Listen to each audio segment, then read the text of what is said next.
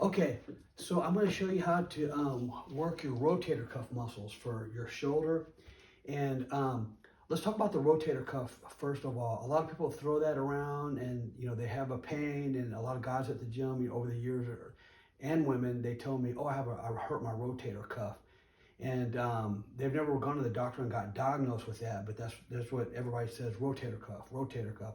And most people don't even know what the rotator cuff is.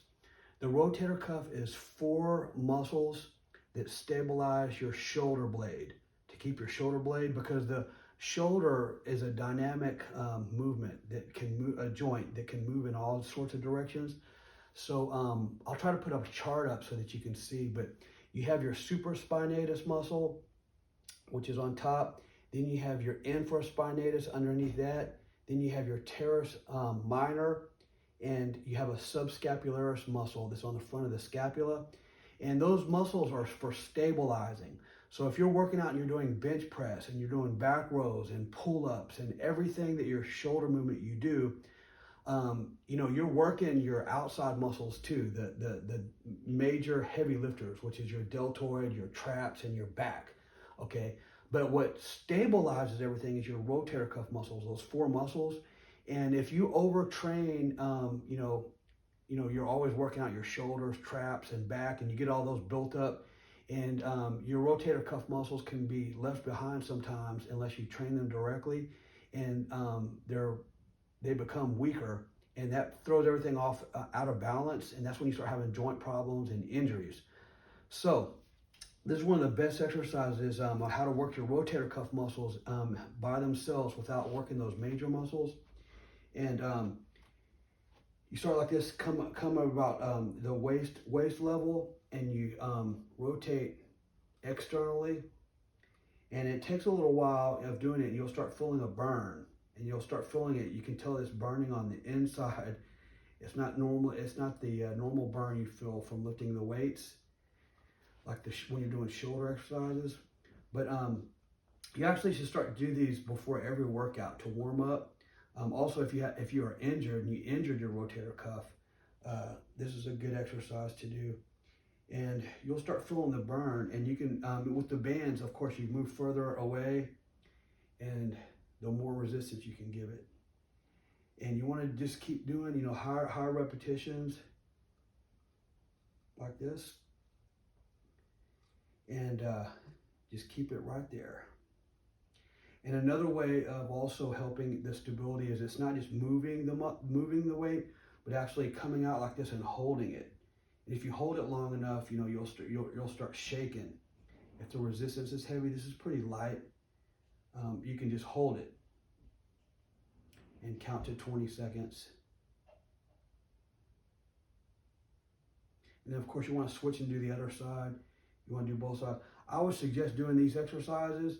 Do 3 to 5 sets of 20 reps maybe, and on both sides. And I would suggest doing that before every upper body workout that you do.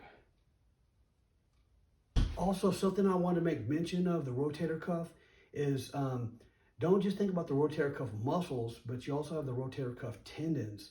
So each one of those muscles, the supraspinatus, the infraspinatus, the teres minor, and the subscapularis, especially the supraspinatus and the infraspinatus, have tendons attach muscle to the bone. So tendons don't have a lot of blood flow to them like muscles do. So muscles can recover. If you tear your muscle, it can recover in 3 to 6 weeks. And you can work it out just a little bit just to get blood in there. But tendons, you get a tendon tear, it can take from 3 to 6 months. And the reason is there's a very poor blood flow, okay? So exercises like I just showed you with the rotator cuff, don't just think of you're strengthening not only the muscles, you're strengthening the tendons too. And you're getting, by doing several repetitions like that, you're sending a lot of blood to those tendons. So a lot of times when people have shoulders and they're pain in your shoulder, it's the rotator cuff tendons also, not just the muscle. It could be the tendon that's torn a little bit, maybe some tendonitis. And so you want to get blood into the area. And by doing these rotator cuff exercises, you're sending blood to the area that's going to heal a lot quicker. Here's another way, another position or angle that you can do the rotator cuff muscle, and you can do them both each time. You sit down like this and you're doing the same movement, but just with a dumbbell. Grab like a 5-pound dumbbell, 10-pound dumbbell maybe. Same thing. It hits it from a different angle. And after 5 or 6 reps, you'll start to feel that burn.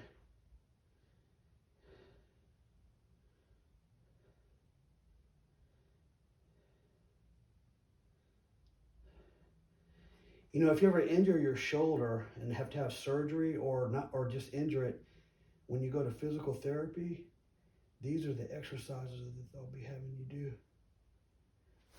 And then you just switch over and do the left side.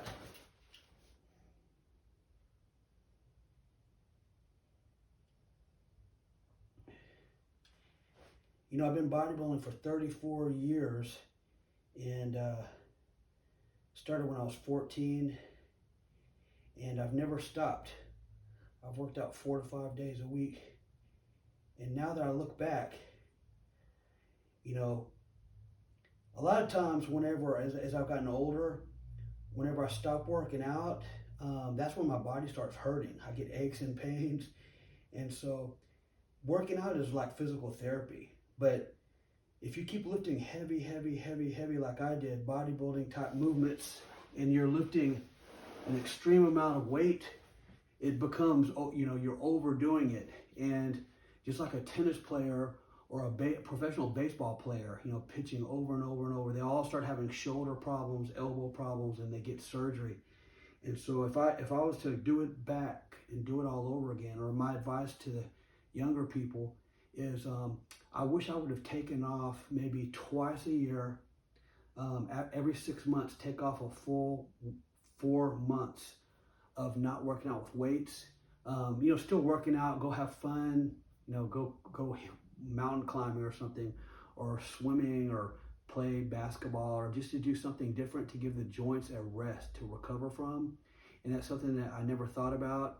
And a lot of times we find out these things the hard way when we get older.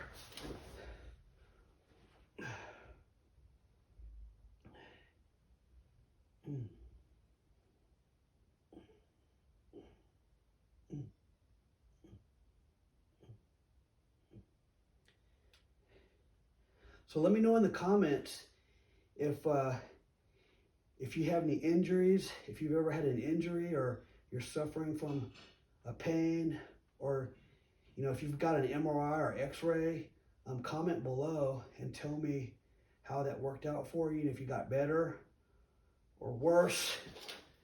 I'd like to hear any suggestion or advice you have. I would love to hear.